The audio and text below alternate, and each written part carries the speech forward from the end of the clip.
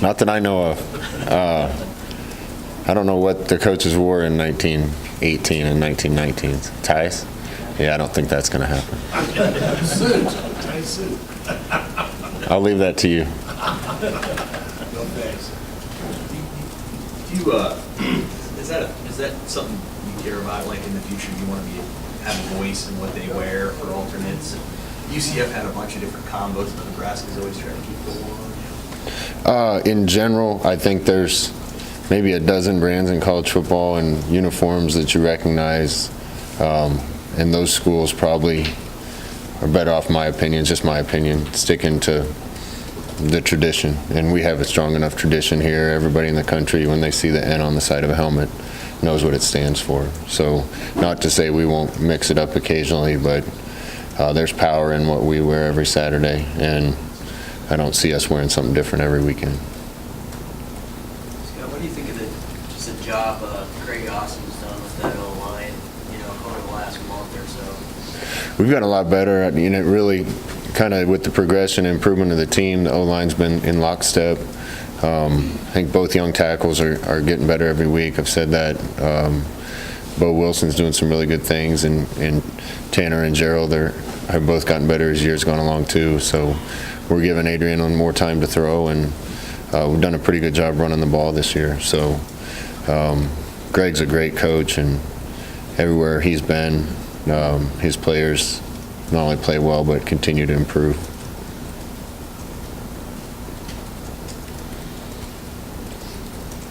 You guys forced 3 turnovers, 4 punts, had a turnover on downs. I think they only scored on 5 of their 15 drives in the game. If they scored 34 points, they scored 31.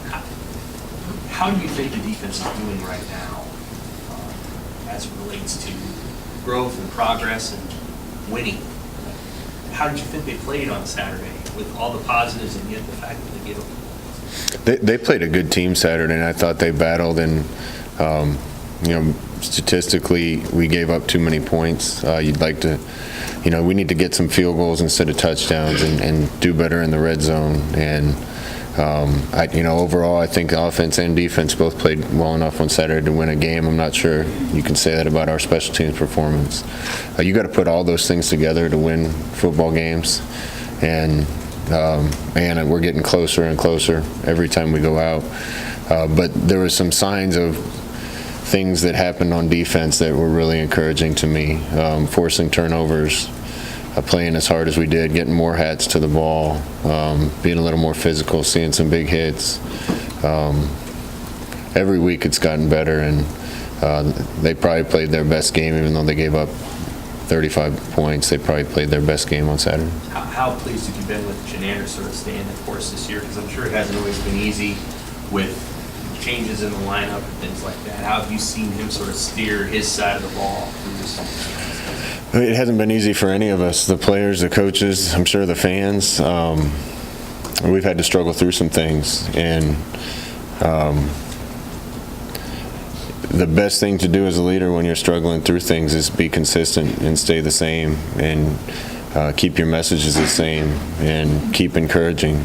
I know I've said this before, but after this season, regardless of how it finishes, the thing I'll be most proud of from this season is most teams, if they have the start to the season that we had, would have shut it down, would have started fighting, would have got worse.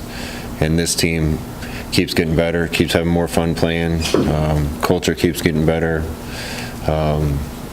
There's relationships being developed. There's a lot of the things being built, even through some trying times. That's not easy to do. And leaders like Coach Chenander and others are the guys that help see that through. Not one coach turned on any players. Players aren't turning on each other. Players aren't turning on coaches. I said this too. The best thing I heard all week is one of my young guys came to me and told me that one of the old guys told him that he was so jealous of the young guy that he was going to get to be around here for 3 more years because of what the players can feel is happening and where they know it's going. And that's great to hear, that even a senior going out the door wishes he could stay here with us a while longer and with his team a while longer. Scott, the Vine's a couple hundred yards away from 1,000. Nebraska hasn't had a 1,000-yard rusher since 2014. Just as a guy who's been around Nebraska as long as you have historically, does that mean a lot to you if you could get a 1,000-yard rusher this year?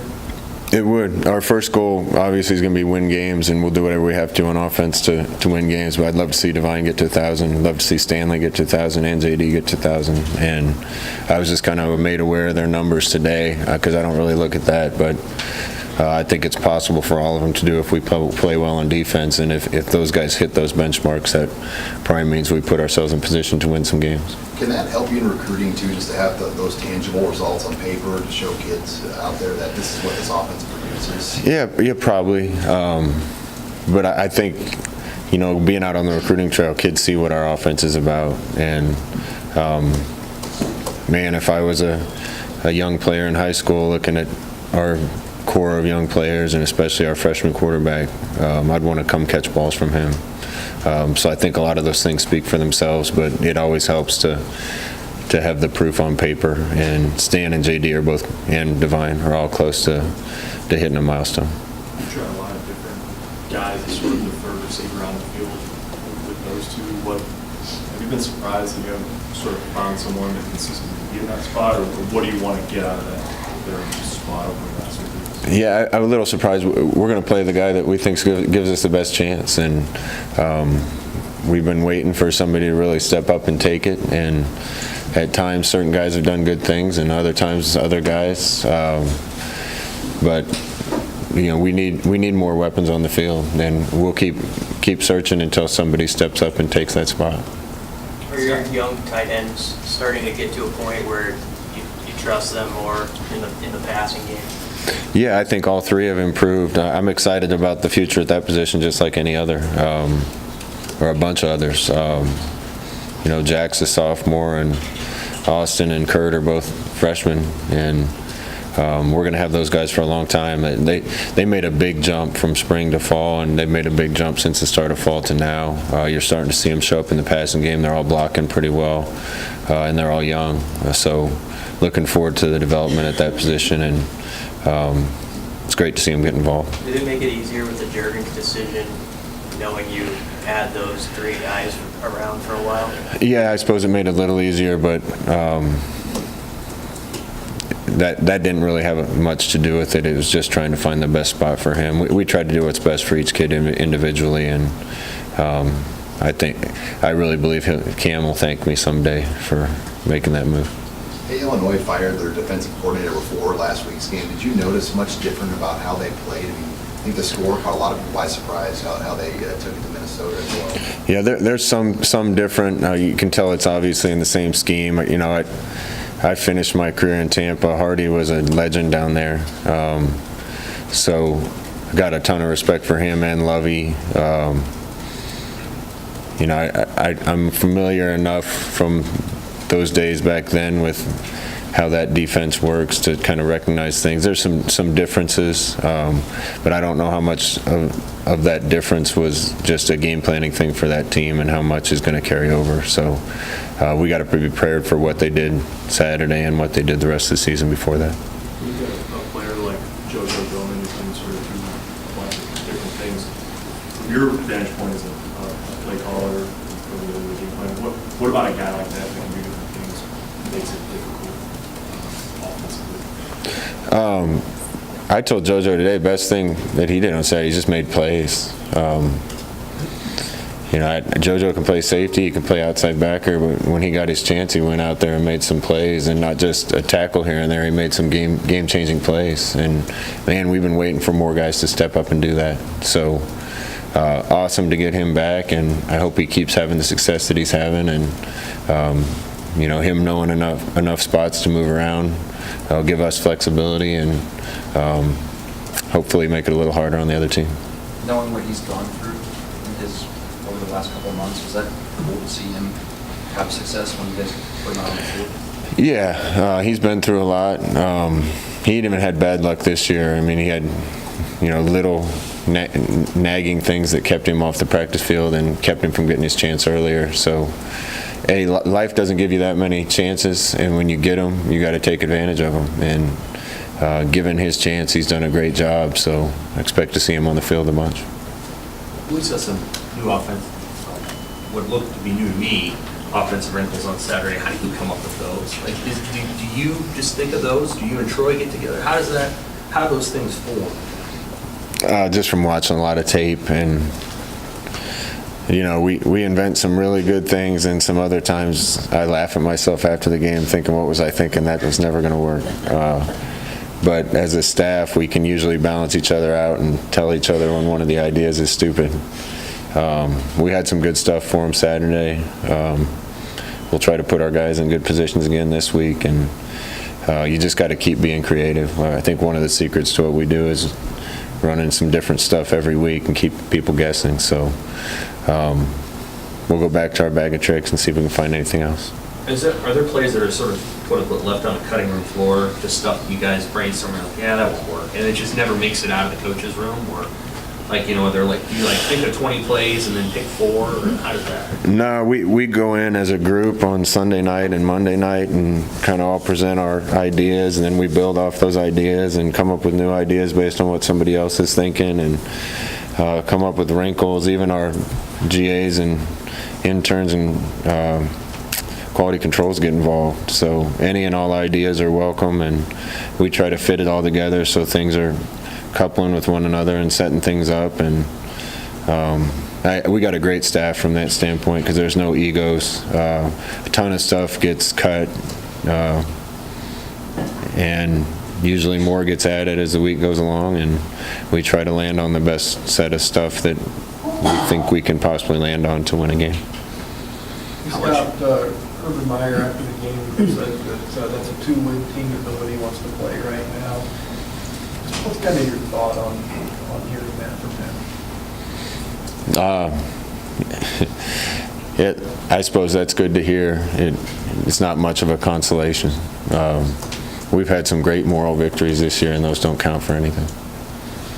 Scott, you guys got Breon Dixon onto the field on Saturday. Can you just maybe speak to his development that got him to this point and what he still has to do in a bigger role?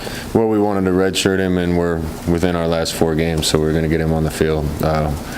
Hopefully he can help. He's still got a long way to go in some areas, but we need more depth and more guys on teams and on offense and defense, so hopefully he adds something. How much have you missed Tyron Ferguson? Do you anticipate him having much of a role these final 3 games? I hope so. He's been hampered by minor injury for a while, so hopefully we get him back and healthy. And gosh, we need more depth. More depth will help us on defense. More depth will help us on special teams. And having a few guys hurt and not able to go hurts us from that standpoint. Do you wait until the offseason to kind of do the whole examination of special teams, or is it pretty clear now what's gone wrong on both the kicking and then the return? Yeah, listen, we watch every game, every snap, a practice game. We know what happened and what went wrong. Some things can be fixed now. Some things are going to need other help to get fixed. And the block punt on Saturday was a miscommunication. That can't happen. Those guys have done that 200 times in practice, and they changed protection on one side, and one guy changed it and didn't tell the other 2. Those things can't happen in a big game. Some of the other things that happen, we're probably going to have to wait and address in the offseason. Scott, how did your running backs come out of that game health-wise? And the second part of the question is, how does he react in those big atmospheres like Michigan Stadium, Ohio Stadium? I mean, just a kid, Maurice is going to be fine. I don't think there's a moment that's too big for him. His biggest issue, I've said this all year, is he needs a year in the weight room and a year to get bigger and stronger and a little more durable. But he went up to Wisconsin and had his best game to date at that point in a tough environment. He just got a little nicked up on Saturday and we couldn't use him as much. But both guys are good to go and we're practicing today. Hey Scott, what's your impression of A.J. Bush, and what do you expect from him Saturday, maybe given the fact that he had played here, or was in the program for a little bit before? That's like 3 schools ago. you know, just the fact that he has a history with Nebraska and what he's done since he's taken over as the quarterback there? I can only guess. I know AJ by name and a little bit of tape from a long time ago and not much more. Know he played well last Saturday. And I know if I was playing a team that I used to play for and came back, I'd be excited to play. My guess would be he has a lot of fond thoughts and memories of this place because it's hard to leave here without thinking that way. But he's a good player, and he certainly played well on Saturday, and their offense looked completely different with him in there.